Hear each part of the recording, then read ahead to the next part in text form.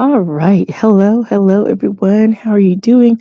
I hope you're doing wonderful. So, I'm coming on just a tad bit early because I wanted to get this out and I didn't want to forget.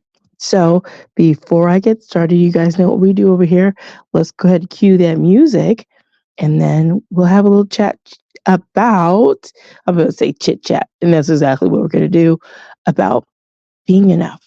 So, let's go ahead and cue the music. God's gift through His word. It's God's gift through His word. It's God's gift through His word. It's God's gift through His word.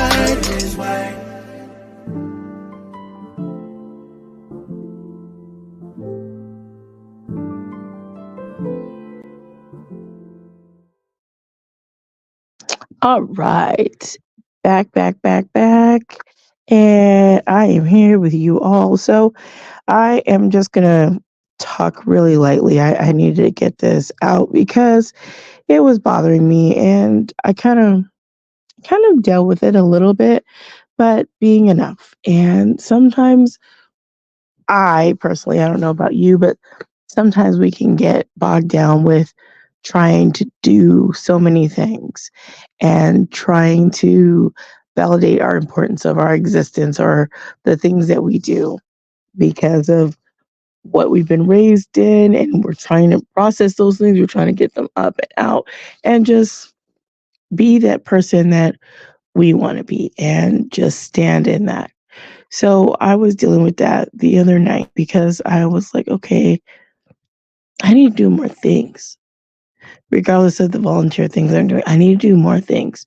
Regardless of the volunteering I'm doing at church, I need to do more things. Regardless of all the other stuff I'm doing with my kids, regardless of all of that, I need to do more. And then I thought, why am I trying to do more? That's going to push me into the lane of overwhelm. And I don't want that. I don't need to put those things on my plate. I don't need to do that. And I realized that I am enough with what I do. I'm enough who I am. And if someone doesn't want to deal with me on any level, any front of those things that I've mentioned, then that's okay. They are not to be in my life. And even just thinking about conversations with certain family members I talk to, it's like I can't really have a real conversation with them because it's very surface level and it's just like I wonder if there's a different agenda or why sometimes they say the things they say and it seems like they're oblivious to certain stuff. But that's something that I know I will soon be able to get over and it not bother me at all. I I thought, well, this is me and I'm not just trying to unload, but sometimes the the stigma, the stereotypes, the narratives stated by society says single moms are this, single moms are that, stigma of single moms. And some of these situations that some single moms, and not all, are not even there doing at all. And it's unfortunate because then you fall into that, well, if you would have chosen better, you wouldn't be in this situation. Just a whole bunch of stuff. It's like you can't predict the future. You want to pick well, you do your best to pick well, and sometimes you don't, and it doesn't work out. And you're just like, man, this wasn't in my forecast. I wasn't dreaming about waking up. It's like one day I'm going to wake up and I can't wait to be a single mother. And for anybody that says it's easy to do, I beg to differ. I really do. But I realized today I was talking to my therapist and just like, yeah, those are those things that you set boundaries and sometimes people still don't honor them.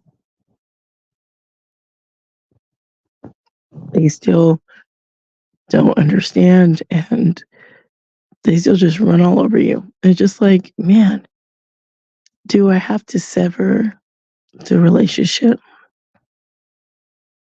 Because it's just like things, old ways of being, old habits being. It's just like, I don't have to, and none of us have to have certain people in our lives.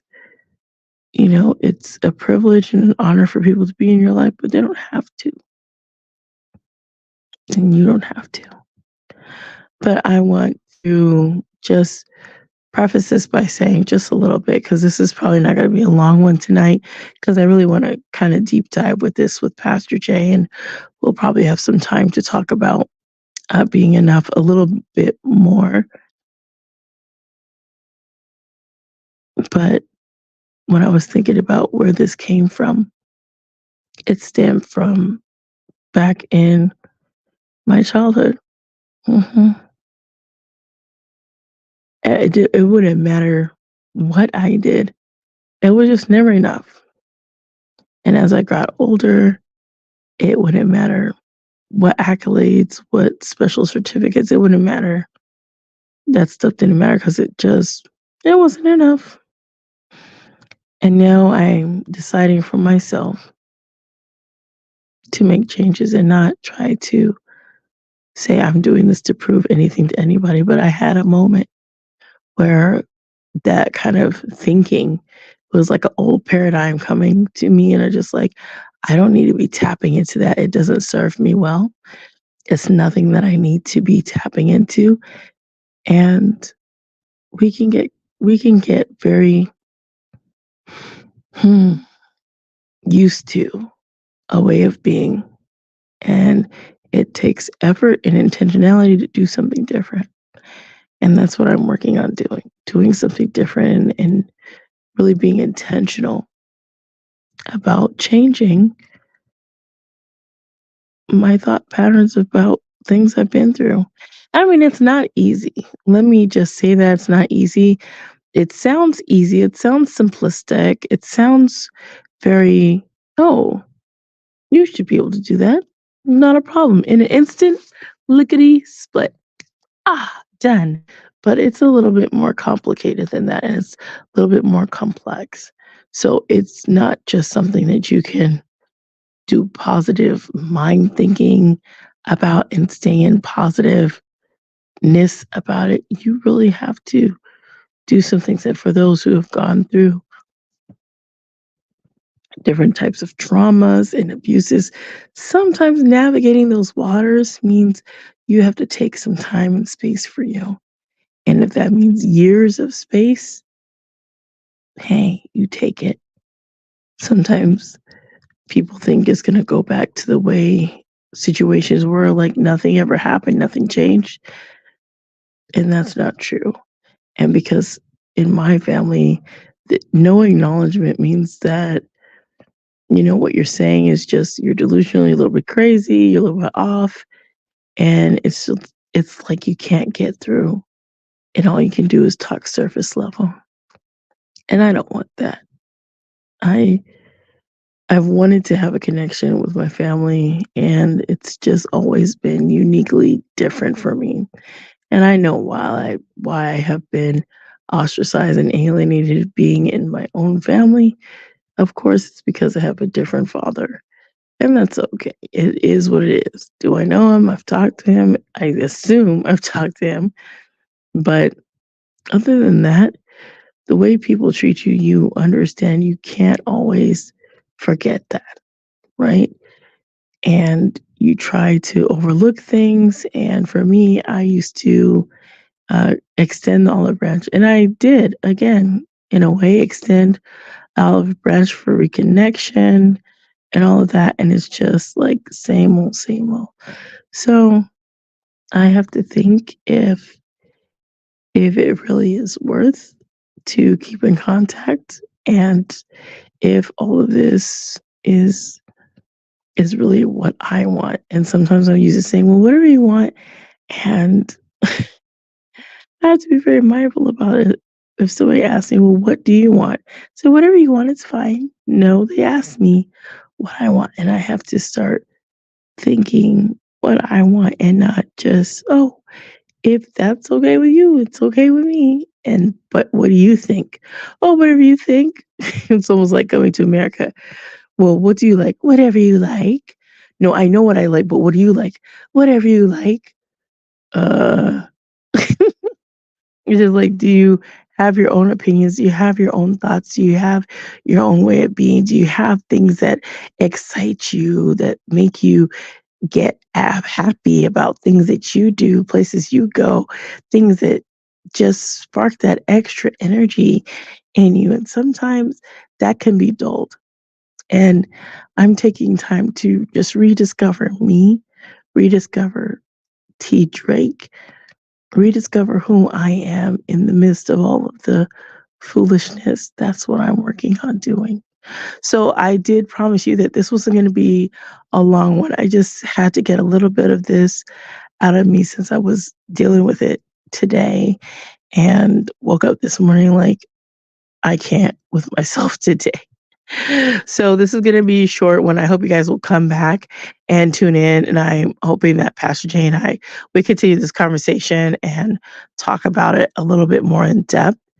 And he and I always have great conversations. So I'm looking forward to talking about that. So I just wanted to just get on and talk about it a little bit since it was just on my head. But please remember to be blessed, motivated, and always inspired to do what the Lord lays on your heart.